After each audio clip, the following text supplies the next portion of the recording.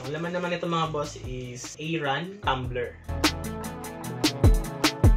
Isang white at saka isang black. Capacity na ito is 2.2 liters. Isang bottle. Check natin yung laman.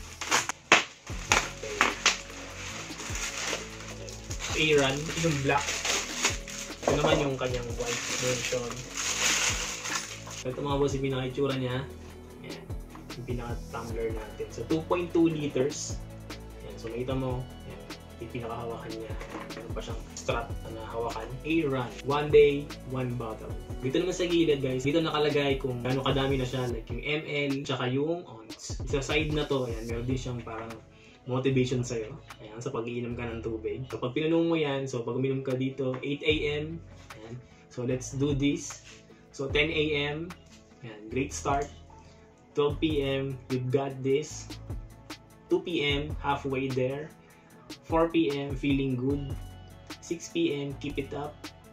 8 PM, you did it. Ilalim ito, hand wash only. BPA free siya. DEHP free. Dito sa may gilid, meron lang siya nakalagay dito na sticker na nakalagay is reminder, avoid using hot water.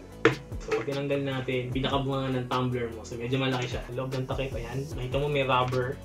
Kung saan tumatama to, yung dulo. Ayan, may rubber siya. Okay, so maganda yan ganyan guys.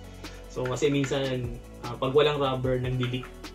Okay, nagdilik yung tubig kapag natatagilid siya or napapataob siya. Ito, may rubber siya sa gilid.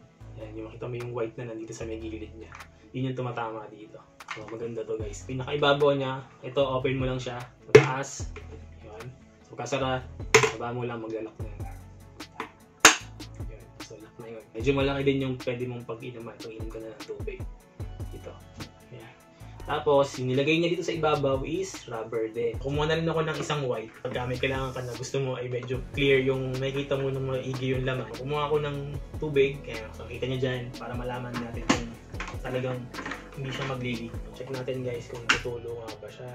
So far, wala naman ako nakikitang leak. Kahit dito sa may gilid, pinaka-inuman. So wala naman ako nakikitang lumalabas na tubig.